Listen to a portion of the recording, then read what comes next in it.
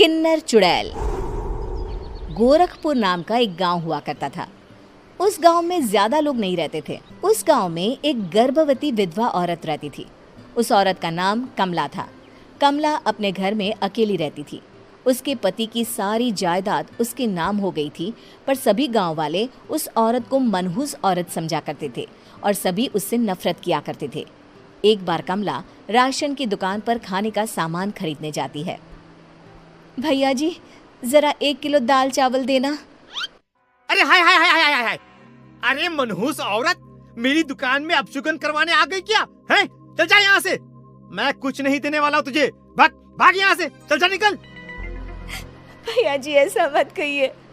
मैं गर्भवती हूँ, मुझे खाने की बहुत जरूरत है।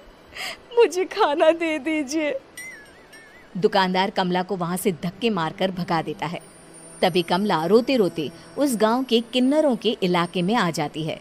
गांव वाले किन्नरों को उसी इलाके में रखा करते थे, क्योंकि वो लोग किन्नरों को पसंद नहीं करते थे और उनकी यार कोई अच्छा सा प्लेटफॉर्म बताओ जहां से मैं डेली का अपना और अपने फैमिली का खर्चा निकाल सकूं और उसमें ज्यादा इन्वेस्टमेंट ना हो। ठीक है, मैं तुम्हें एक ऐसा बिजनेस बता रहा हूं जिससे तुम अपना और अपने परिवार का खर्चा आसानी से निकाल सकते हो और अपना छोटा सपना भी पूरा कर सकते हो। उस बिजनेस का नाम है यूटैग बिजनेस। तो आज ही स्क्रीन पर दिए नंबर पर कॉल करो। इलाके में रहने से मना करते थे, तो किन्नरों ने उसी गांव में अपना एक इलाका बना लिया था। जब किन्नर लोग देखते हैं कि एक गर्भवती महिला रोते रोते उनके इलाके में आ गई है, तो सारे किन्नर कमला के पास जाकर उसका हाल पूछने लगते हैं। क्या हुआ बहन, तुम्हारी गर्भवती अवस्था में इतनी बुरी हालत कैसे है?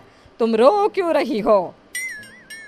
तुम डरो मत, हम तुम्हें कोई नुकसान नहीं पहुंचाएंगे। तुम शांत होकर सब बताओ कि हुआ क्या है। मैं कमला हूँ। मैं गांव के दूसरे इलाके से आई हूँ। 2 महीने पहले ही मेरे पति की मौत हुई है।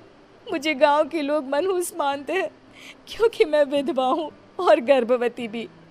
वहाँ के लोग मुझे खाने के लिए कुछ बेचने के लिए भी तैयार नहीं, जिससे मेरा गुजारा नहीं हो रहा था। कोई बात नहीं कमला, हम तुम्हारा ख्याल रखेंगे। किन्नर लोग कमला को एक खाली घर में रहने के लिए जगह दे देते हैं और उसकी देखभाल भी करते हैं। कुछ ही महीने बाद कमला अपने बच्चे को जन्म देती है, पर अफसोस, कमला बच्चे को जन्म देते ही अपनी जान गंवा देती है।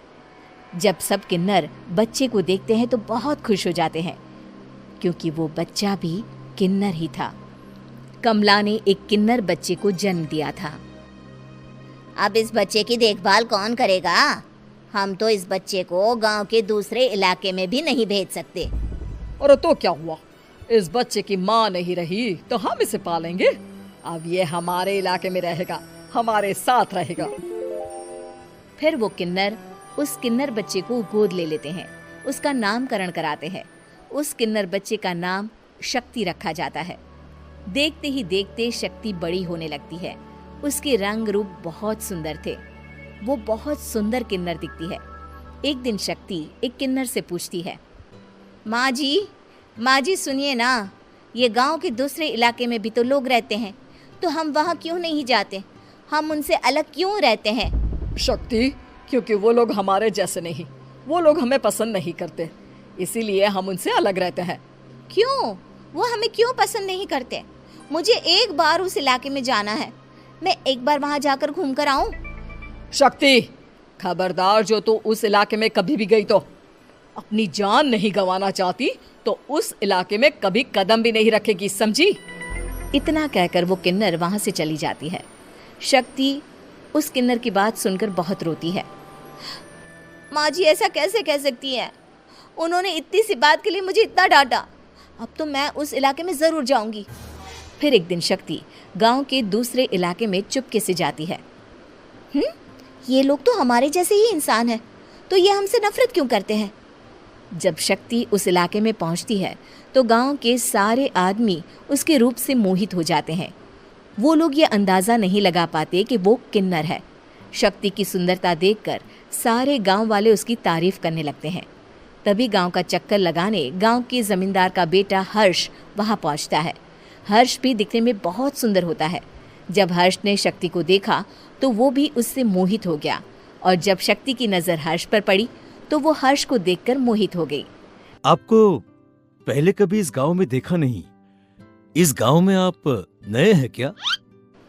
जी नहीं, वो मैं बस तभी शक्ति बोलते बोलते रुक जाती है और मन में सोचने लगती है। अगर मैंने इनको बता दिया कि मैं दूसरे इलाके से आई हूँ तो वो समझ जाएंगे कि मैं किन्नर हूँ, इसलिए मुझे इनसे झूठ ही बोलना पड़ेगा। शक्ति हर्ष को कहती है, जी हाँ, मैं इस गांव में नई आई हूँ, यहाँ अकेली रहती हूँ। वैसे आप कौन है? आप भी इसी गांव में रहते हैं? जी हाँ, मैं इस गांव के जमींदार का बेटा हूँ। आपको किसी भी चीज की जरूरत पड़े तो आप मुझे बता देना, मुझे अच्छा लगेगा। ऐसे ही शक्ति और हर्ष एक दूसरे से रोज मिलने लगते। वो दोनों अपने प्यार का इजहार करने एक दूसरे से मिलने जाते हैं। तभी शक्ति का पीछा करते करते एक किन्नर वहां आ जाती है। शक्ति, मैं तुमसे बहुत प्यार करता हूँ। मैं तुमसे शादी करना चाहता हूँ। क्या तुम मुझसे शादी करोगी? हाँ हर्ष, मैं तुमसे शादी करूंगी, पर मैं तुमको अपने बारे में एक सच्चाई बताना चाहती हूँ जो मैंने तुमसे छुपा कर रखी है। तभी उनके बीच में ही वो किन्नर आ जाती है। शक्ति, तेरी हिम्मत कैसे हुई ऐसा करने की? वो किन्नर शक्ति को खींचकर गांव के जमींदार के पास ले जाती है। हर्ष भी वहां शक्ति को बचाने के लिए पहुंच जाता है। जमींदार शक्ति और हर्ष के प्यार के बारे में सुनकर गुस्से में आ जाता है और शक्ति को गांव के बाहर निकालने की सजा देता है। शक्ति ये बात सहन नहीं कर पाती और कुएं में कूदकर अपनी जान दे देती है। जमींदार हर्ष की शादी गांव की एक लड़की से करवा देता है, पर हर्ष इस शादी से खुश नहीं होता। शक्ति अपना बदला लेने के लिए मरने के बाद किन्नर चुड़ैल बन जाती है। अब मैं इन गांव वालों को नहीं छोड़ूंगी, अब इनसे मैं अपने प्यार का बदला लूंगी। किन्नर चुड़ैल गांव वालों को परेशान करना शुरू कर देती है। एक बार वो रात को गांव के खेतों में पहुंच जाती है और वहां आग लगा देती है। सारी फसल जल के राख हो जाती है। जब एक आदमी रात को उठकर देखता है कि खेत में आग लग गई है तो वो वहां पहुंच जाता है। वो देखता है कि खेतों के बीचों बीच एक किन्नर चुड़ैल खड़ी है और वहां खड़े होकर ताली बजा रही है। गांव वाला किन्नर चुड़ैल को देखकर बेहोश हो जाता है। जब सुबह उस आदमी को होश आता है तो वो सीधा जमींदार के पास जाता है। अरे जमींदार साहब, अरे वो किन्नर चुड़ैल ने मेरी सारी फसल जला दी। अब मैं क्या करूंगा, क्या होगा मेरा? जमींदार चुड़ैल किन्नर का नाम सुनते ही सब कुछ समझ जाता है। अब वो बहुत डर जाता है। उसी रात को जब जमींदार डर के मारे अपने कमरे में सो नहीं पाता, तभी वहां अचानक से किन्नर चुड़ैल आ जाती है। किन्नर चुड़ैल जोर जोर से जमींदार के आगे खड़ी होकर हंसने लगती है और ताली बजाने लगती है।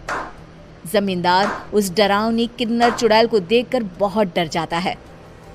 तूने मेरे साथ बहुत बुरा किया, अब मैं तुझे जान से मार दूंगी। नहीं नहीं नहीं नहीं नहीं, मुझे माफ कर दो, मुझे मत मारो। मैं कभी ऐसा दोबारा नहीं करूंगा। अब तुम जो बोलोगी वही मैं करूंगा।